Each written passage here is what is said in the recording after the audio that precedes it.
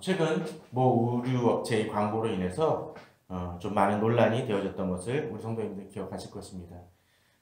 일본이 모 기업인 그 기업은 계속적으로 여러 가지 문제를 일으켰다가 조금 잠잠하여 그 옷이 좀 다시 팔리는 것이 판매가 좀 호전되던 상황 속에서 그런 광고가 터졌습니다. 그 광고의 내용은 그런 것입니다. 90세가 넘는 어느 의류 디자이너와 젊은 여성이 이야기하는 장면입니다. 똑같이 비슷한 스타일의 옷을 입으면서 이야기를 합니다. 예전에 우리 선생님은 어떤 그 디자이너 옷을 입으셨습니까? 라는 정확히 하진 않지만 그런 이야기를 합니다. 그랬더니 이분이 아주 오래전 일이라 기억나지 않는다라고 영어로는 이야기했다고 합니다. 근데 유독 우리나라 광고에만 어떻게 나왔나요?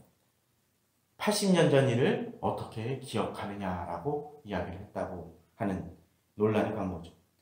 그래서 80년 전이면 우리나라가 일제의 여러 가지 어려운 상황 속에 있었을 때인데 그것을 기억하지 말자는 의도가 담긴 거 아니냐라는 얘기를 합니다. 물론 그 광고가 실수일 수 있고 의도한 것이 아닐 수도 있을지 모릅니다. 그러나 그럼에도 불구하고 그 광고가 문제가 되어지는 것은 그들이 상대방의 입장을 전혀 생각지 않고 이 생각을 하고 판단을 하고 광고를 만들었다는 것이 문제일 것입니다. 그런데 저는 그런 생각들을 해봅니다. 왜 우리들은 그렇게 일본에 대해서 사과에 대한 이야기를 계속적으로 하는 것일까요? 왜 그럴까요? 아마도 그것은 일본이 미안하다, 잘못했다라는 공식적인 사과를 제대로 한 적이 한 번도 없었기 때문일 것입니다. 그러면서 잊으라고 한다면 잊을 수가 없겠죠. 왜? 자신의 잘못 한 번도 인정한 적이 없기 때문에. 저는 그것을 보면서 그런 생각을 좀 해봅니다. 우리가 어떤 때 잘못에 대한 것, 사과에 대한 것을 했었을 때 사과가 또는 우리가 과거의 일을 잊지 못하는 한 3가지 유형의 그 사과가 있다고 생각이 들어집니다. 이거는 제 기준입니다. 첫 번째는 어떤 것일까요? 방금 그 광고처럼 그냥 잊으라는 것입니다. 사과도 하지 않고 그냥 잊으라고 합니다. 오래된 일이잖아. 최근에 동백꽃이 필 무렵인가라는 드라마가 있다고 합니다. 저는 한 번도 본 적이 없는데 거기에 외지에 산 여인이 자기 아이만 달랑 데리고 왔더니 주변 사람들이 이 여인을 오해해서 많이 핍박하고 많이 비난하고 그랬었다고 합니다. 근데 나중에 그 여인의 그 상황과 여러 가지 상황과 그 실제 상황을 알고 보니까 이제 오히려 그 여인을 잘해줬다고 합니다. 근데 어느 비평가가 그 얘기를 합니다. 그 드라마를 보면 되게 착한 드라마고 역경을 극복하는 드라마 같은데 문제가 있다. 뭐냐면 그 여인을 모욕하고 비난했던 많은 사람들 중에 한 명도 자신이 그때 일은 미안했어라는 얘기를 한 번도 안 한다는 거예요. 어물쩍 넘어간다는 거죠. 물론 나중에 잘해주면서 그것이 잊혀질지 모르지만 미안하다라는 말이 없는 이상 진정한 회개는 진정한 돌이킴은 없는 것일 것입니다. 어떤 때 우리는 미안하다라는 이야기가 필요합니다. 그런데 또 두 번째 경우는 이런 것도 있을 수 있습니다. 미안하다고 이야기를 합니다. 잘못했다고 얘기합니다. 그런데도 불구하고 받아들여지지 않는 데가 있습니다.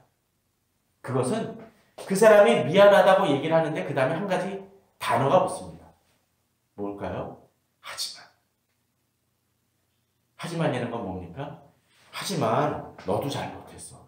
하지만 내가 이런 잘못을 범할 수 있는 상황이었던 거야. 넌 어쩔 수 없는 일이야. 라고 이야기하는 변명이 붙습니다.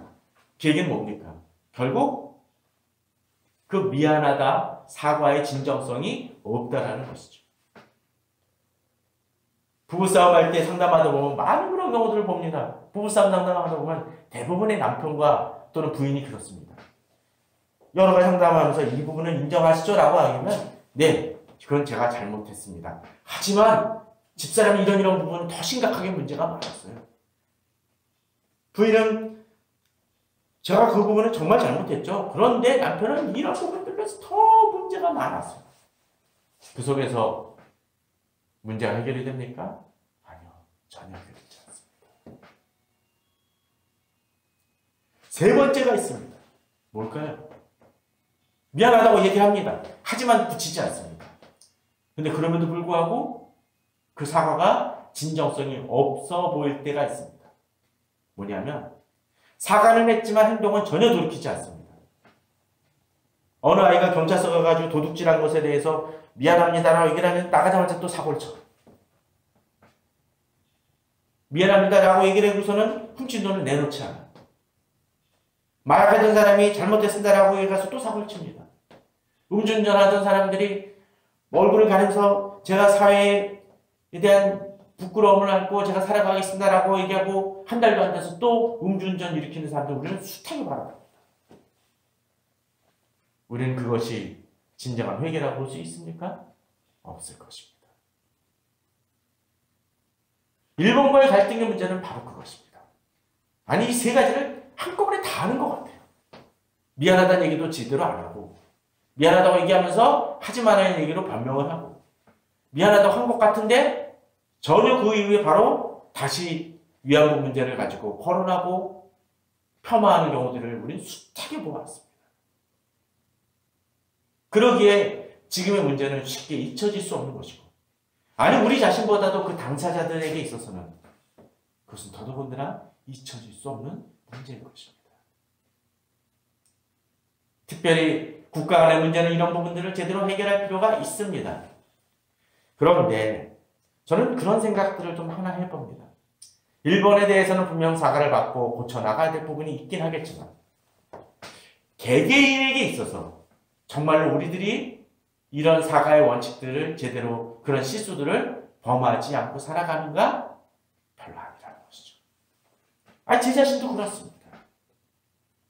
같은 잘못을 반복하기도 하고 또 넘어지기도 하고 또 변명거리에 순 사과를 하기도 합니다. 그것이 어쩌면 인간의 모습일지 모릅니다. 우리가 히브리서 기자가 계속적으로 이 대제사장의 얘기를 하고 제사장의 성막과 지성소를 얘기하면서 계속적으로 제사는 반복되어졌다는 얘기를 하는 이유가 무엇일까요? 지금 벌써 이제 오늘 본문까지는 히브리서 10장으로 넘어갑니다. 솔직히 지겹지 않나요? 너무 반복을 하니까. 같은 비슷한 본문들이 등장할 때는 어떤 때는 설교할 때도 곤혹스러울 때가 있습니다. 그런데도 불구하고 왜 이 히브리서 기자는 계속적으로 이 얘기를 거론하는 것일까요? 그것은 본문에서 이야기를 하듯이 계속적으로 범죄와 죄악이 반복되어지기 때문에 그렇습니다. 제사 한번 드리는 것으로서 우리도 이제 탁탁 털어내고 이제 더 이상 범죄하지 않겠다라고 얘기하면 돌이켰다라면 문제는 간단히 해결될 것입니다. 저는 그런 생각을 해봅니다. 예수님 앞에 범죄하여 끌려왔던 가늠한 여인을 한번 생각해 보십시오. 주님이 뭐라 그러시나요? 아무 얘기 안 하셨죠. 그냥 쓰셨습니다. 그리고 얘기하십니다. 사람들한테. 너 중에 죄 없는 자가 돌로 치라. 그때 다 떠나갑니다. 요새 사람들 같으면 아니 그냥 돌 들었을 것 같아요. 아, 이 정도 죄예요 뭐. 어쨌건 그 당시 사람들 좀 착했던 모양이니까 다 갑니다. 그리고 여인에게 했던 말이 뭡니까? 가서 다시는 범죄하지 말라. 그 얘기를 했었을 때 저는 그런 생각을 해봅니다. 주님은 그 죄를 가볍게 여기신 것은 아니라는 거예요. 용서해 주시지만 가볍게 여기신 것은 아니에요. 근데 또 한 가지 의문도 듭니다. 과연 그 여인이 이후에는 정말로 가늠하지 않았을까? 라는 생각도 솔직하게 해봅니다. 물론 안 했을 수 있을 것 같아요. 그런데 가늠은 안 했을지 모르지만 거짓말이라든지 또 다른 죄악들은 행했을 것입니다. 그게 인간이라는 거예요. 그러기에 제사장이 계속적으로 필요했습니다. 등자를 밝히고 진설병을 갈고 1년에 한 번씩 대속죄일에 제사를 드리고 그러해야 했습니다. 그것이 인간의 한계입니다. 심지어는 그것을 감당하는 대제사장마저도 계속적으로 뭘 해요? 자기 죄를 씻었어야 됩니다. 그래서 다른 것이 필요했습니다. 그 문제를 해결할 수 있는 그런 것이 필요했다라는 것이죠. 문제는 무엇입니까?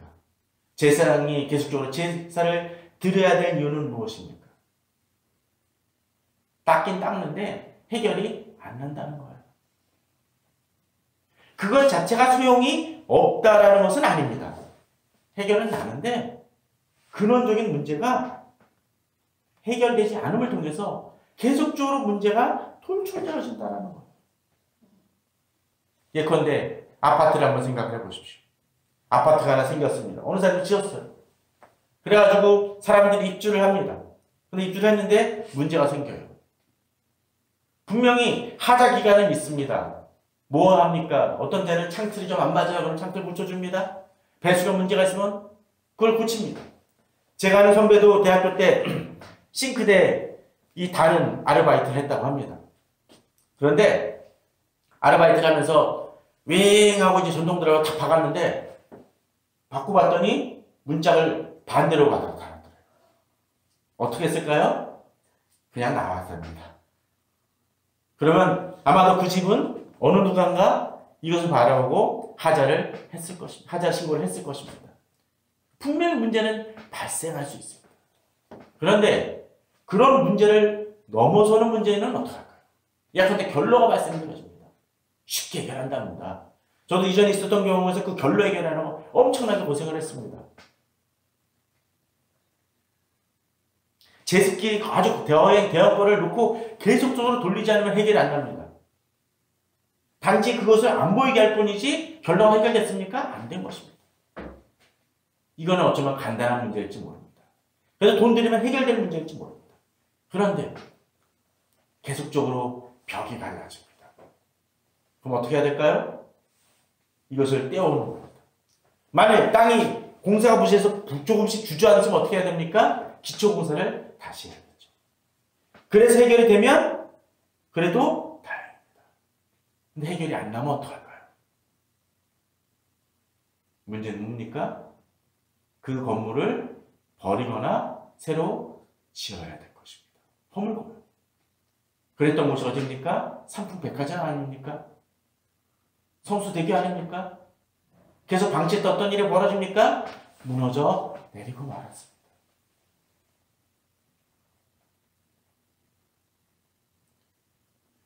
대제사장이나 문제는 바로 그것이었습니다. 하나님께서 주셨습니다. 어쩌면 하자 보수 기간과 같습니다. 하자 공사하는 기간. 계속적으로 해줍니다. 그것이 분명히 효과는 있었습니다.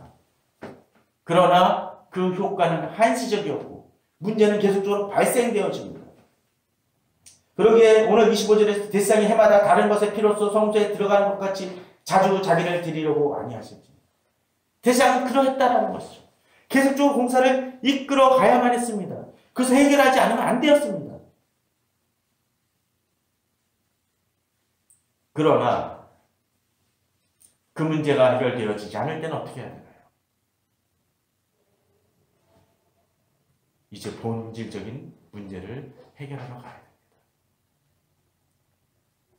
만일 하수도가 터졌습니다. 아니 상수관이 셉니다. 그래서 급하게 관리사무소에 연락을 합니다. 그럼 어떻게 하나요? 그러면은 당장 공사를 이번 주에 연휴니까 이걸 해결할 수 없으니까 제가 일단은 땜빵을 해드릴게요. 그러면서 은색 테이프로 막 감습니다. 그러면 며칠은 버티죠. 그럼 그 다음에 어떻게 해야 되나요? 이제 나와서 고쳐야 됩니다.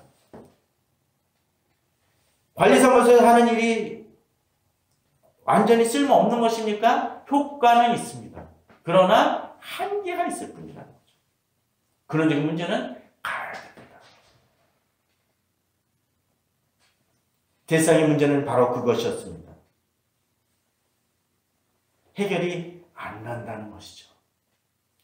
그러기에 주님이 오셨어야 했습니다. 우리들은 자주 착각을 합니다. 나는 괜찮은 정도라고 생각을 합니다. 이 정도면 잘 살고 있다고 생각을 합니다. 그러나 어디선가 물이 새고 있고 문제가 일어나고 있다는 것을 깨닫지 못하고 살아갈 때가 너무나 많습니다. 어느 드라마인지 기억이 안 나지만 또 비슷한 그런 장면에 다른 영화 속에서도 그런 것이 생각이 납니다. 어떤 일이 크게 터지고 나서 상대방한테 다른 사람이 이야기합니다. 이제부터 일어나는 일을 감당할 수 있겠습니까? 이런 문제들에 대해서 책임질 수 있겠습니까? 책임질 수 있습니까? 없습니다. 돈에 쪼들려서 여러 가지로 돌려받기를 하는 사람한테 어느 사람이 한테 다시 돈을 빌리러 옵니다. 그럼 묻습니다. 정말로 신실한 사람은, 제 아는 사람은 그래요. 물어요. 그 돈 갖고 해결되니? 그러면 대부분의 사람들이 뭐라 그럴까요? 형님, 해결됩니다. 속된 표현으로 개뿔. 아닙니다. 해결이 안 나죠. 단순히 땜빵을 하는 것일 뿐입니다. 감당할 수 있습니까? 없을 때가 너무나 많다는 거예요. 그런 사람들에 대해서 우리는 한심하다고 얘기할지 모릅니다. 아니, 답답해서 그 사람도 그렇게 하겠죠. 땜빵이로라도 어떻게든 메꿔 나가려고 하는 거겠죠. 그러나 다음 달에 다시 돌아오는 문제로 인해서 힘들어합니다. 돈 문제는 어떻게든 돈으로 해결할 수 있을지도 모릅니다. 그러나 세상 이들은 그런 사람들에 대해서 비난하거나 어리석다라고 손가락질할지 모르지만 자기가 자신의 죄를 감당할 수 있다고 착각하는 것이 이 세상 사람들의 모습입니다. 아니, 심지어는 자신이 정말로 문제를 안고 있다는 것조차도 깨닫지 못하는 이들이 태반인 것 같습니다. 특히 개신교에서도 그런 것 같아요. 만인 대세상선을 얘기합니다. 이제는 대세상이 필요 없다고 얘기합니다. 근데 필요 없다는 것이 죄가 가볍다는 얘기입니까? 아닙니다. 그거하고는 아무 상관이 없어요. 그 죄를 하나님께서, 예수 그리스도께서 해결해 주시겠다라고 해결해 주셨기 때문에 내가 이 자리에 서 있는 거지, 그 죄가 가벼운 것은 아니라는 것입니다. 물론 저는 얘기하지만 죄책감에 살아가는 얘기를 하는 것은 결코 아닙니다. 그러나 하나님이 나의 죄를 어떻게 용서해 주셨는지, 예수 그리스도께서 나의 죄를 해결해 주시기에 어떻게 해결해 주셨는지를 우리는 알아야 된다는 거죠. 그래야 뭐합니까? 감사가 넘칩니다. 목사는 받는 것에 정말 익숙해지기 쉬운 사람입니다. 그러다 보니까 받을 때 감사합니다. 처음엔 그럴지 모르지만 몇 번 반복이 되면 그 감사가 진정성이 없을 때가 있습니다. 그래서 저도 그 부분을 되도록이면 그냥 공고로 받는 일은 없이 하려고 노력을 하고 있고, 또 받더라도 그것이 어떤 의미인지를 되새기려고 참 많이 노력을 합니다. 쉽지 않습니다. 그러나 목사가 하나님 문제입니까? 예수 그리스도를 믿는 우리들은 바로 우리들 자신이 그런 사람들입니다. 그러기에 우리에게 진정으로 필요한 분이 누구십니까? 예수 그리스도이십니다. 예수 그리스도께서 나의 죄를 책임져 주시는 분이십니다. 그분 아니고서는 해결될 수 없는 존재입니다. 또한 우리가 구원 받았지만 예수 그리스도께서 오실 때까지 우리는 뭐 해야 됩니까? 그분을 만날 준비를 해야 됩니다. 구원은 상실되는 것이 아니지만 어쩌면 몇몇 사람들은 정말 예전에 박영선 목사님이 구원 구유 책에서 이야기하셨던 것처럼 부끄러운 구원이 될지 모릅니다. 성경에도 그런 거죠. 그걸 뭐라고 얘기하는 성경에서? 불 속에서 얻은 구원이라고 얘기합니다. 마치 예전에 그런 만화 영화나 영화 속에서 그런 장면 나오죠. 폭탄이 터집니다. 코미디 같은 경우 어떻습니까? 팍 터지고 나면 어떠나요? 사람이 죽지는 않아. 동물도 죽지는 않아. 뭐 옛날 밈이라고 그런 그 타조같이 생긴 애가 막 돌아다니면서 여우를 괴롭히죠? 코요테군요. 그러고서 폭탄을 터뜨리죠? 그럼 그 코요테가 죽습니까? 죽진 않아요. 온갖 털이 다 타가지고 끄슬려가지고 남습니다. 생명은 유지합니다. 근데 예수 그리스도 아니십니까? 그런 구원일 수 있다고 해야 됩니다. 상급이 전혀 없는 구원. 남들은 하나님 앞에서 이런 상급을 막 일어나는데 어떤 사람은 그렇게 아무것도 없이 정말로 속옷 차림으로 주님 앞에 부끄러운 모습으로 설 수 있는 사람이 있을지 모릅니다. 제 자신이 그럴지 모릅니다. 그런 이유가 뭡니까? 자신이 받은 구원과 그 은혜가 얼마나 값진 것인지를 깨닫지 못하기 때문이라는 것이죠. 우리는 만인 대제사장이라고 하지만 그 대제사장이 지성소에 1년에 한 번 들어갔고 그 들어가기 위해서도 죄를 씻고 또 어떤 때는 두려워서 이 방울이 을로 인해서 끌려 나오진 않을까? 자기 죄로 인해서 나는 하나님을 이렇게 제사 드리다가 죽지는 않을까라는 두려움으로 경외스러움으로 주님 앞에 나아갔습니다. 하나님을 만난 많은 선지자들 어땠습니까? 이사야가 그랬죠. 하나님 영광을 보고 어떻게 했나요? 나는 죄인 중에 거하는 자로서 하나님을 만나뵀으니 어떻게 한다고요? 죽게 되었도다라고 얘기합니다. 그게 하나님의 거룩입니다. 우리가 하나님 앞에 기도하고 이렇게 예배드리고 구약시대하고 다르게 하나님의 이름을 언급하며 예배를 드리고 있지만 그 하나님이 달라졌습니까? 달라지지 않았습니다. 그대로의 하나님입니다. 예수 그리스도 통해서 내가 주님을 만날 수 있을 뿐이라는 것이죠.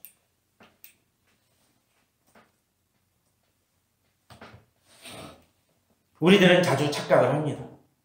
그러기에 27절에서 그렇게 얘기합니다. 한 번 죽는 것은 사람에게 정하신 것이요. 그 후에는 심판이 있으리. 우리 경우가 이러했었다라는 거예요. 그런데 바로 그 문제를 누가 해결해 주셨어요? 그냥 놔두면 죽을 수밖에 없는 우리였는데 이 하자 문제, 근원적인 문제를 해결하지 않으면 결국 망할 수밖에 없는 존재입니다. 예수 그리스도께서 많은 사람의 죄를 담당하시려고 단번에 들이신 바 되셨다고 되어 있습니다. 그로 인해서 이제 우리가 하나님 앞에 나아갈 수 있는 존재가 되어졌다는 거죠.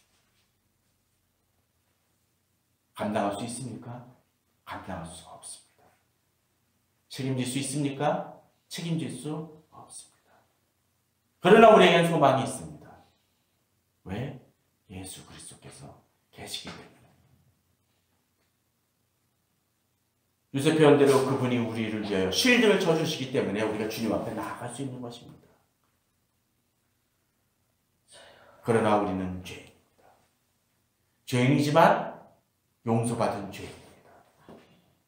그러기에 우리는 주님 앞에 나아갈 수 있고 주님 앞에 당당하게 기도할 수 있는 것이 우리들입니다.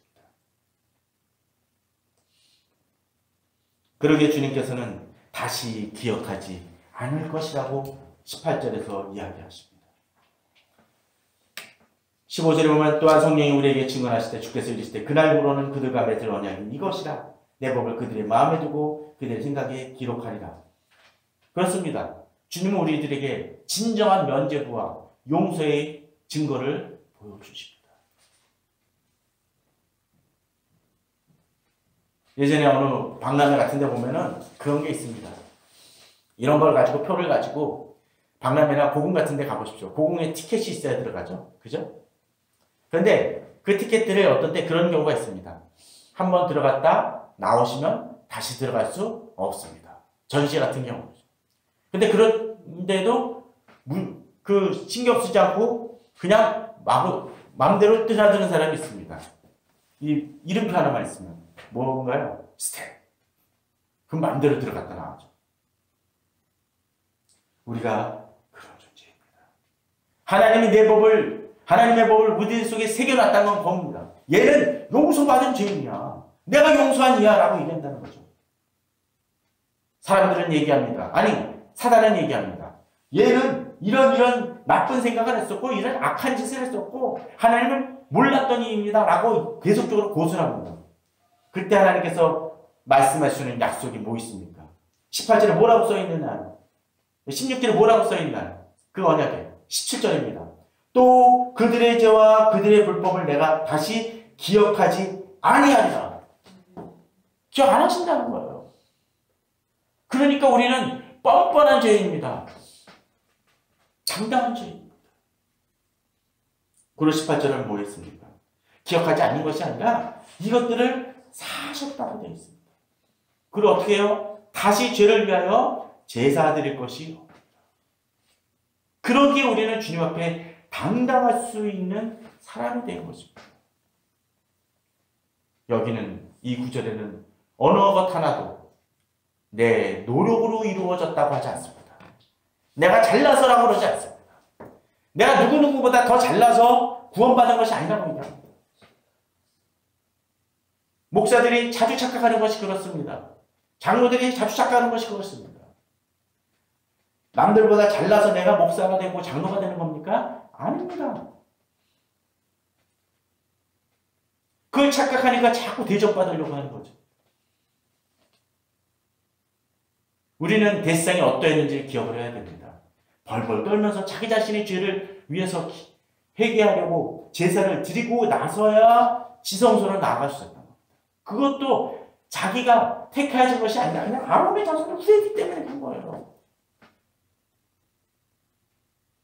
목사나 장로도 마찬가지입니다. 자격이 있어서 아닙니다. 하나님이 세우신 것이죠. 남들보다 잘나서가 아니라는 것을 알아야 됩니다. 우리 성도들도 마찬가지입니다. 저 집사는 어떻게 저렇게 살아오라고 이야기를 해봤자 아무 의미 없습니다. 그들보다 나은 것이 아무것도 없다는 거죠. 왜? 우리는 주님 앞에서 모두 다 죽을 수밖에 없는 존재였기 때문에 그렇습니다. 주님이 언약을 내 마음속에 새겨주시고 거기에 얘는 내가 용서한 자야라고 얘기하셨기 때문에 내가 용서받는 것입니다. 또 그 과정을 위해서 대가를 치르셨습니다. 예수 그리스도께서 자기 자신을 제사로 드리셨고 완벽한 성소에서 자기 자신을 드리심을 통해서 내가 용서함 받고 이제 하나님의 자녀 된 것이라는 것이죠. 우리는 다음 주에 이제 그 용서받은 자로서 누리는 특권을 이제 말씀을 통해서 나누겠지만 우리는 우리 자신이 어떤 존재인지를 다시 기억해야 될 것입니다. 다시 얘기합니다. 우리는 교만할 자격이 아무것도 없습니다. 그러나 주께서 나를 구원하셨기 때문에 나의 죄를 더 이상 기억하시지 않기 때문에 우리가 오늘도 이렇게 주님 앞에 예배드릴 수 있는 것입니다. 그것을 기억하지 못했던 아나니아 삽비라는 그 자리에서 죽고 말았습니다. 우리는 예배드릴 때 그런 경외감을 가져야 됩니다. 주께서 나를 구원하셨기 때문에 우리들을 구원하셨기 때문에 우리는 주님께 예배드립니다. 그것을 기억할 때 우리는 감격하고 주님을 더욱더 찬양할 수 있을 것입니다. 그러한 믿음으로 이번 한 주 또 살아가고 또 다음 주에는 주께서 우리에게 베푸신 그 놀라운 특권들을 다시 한번 묵상해 보는 그런 저희들이 되기를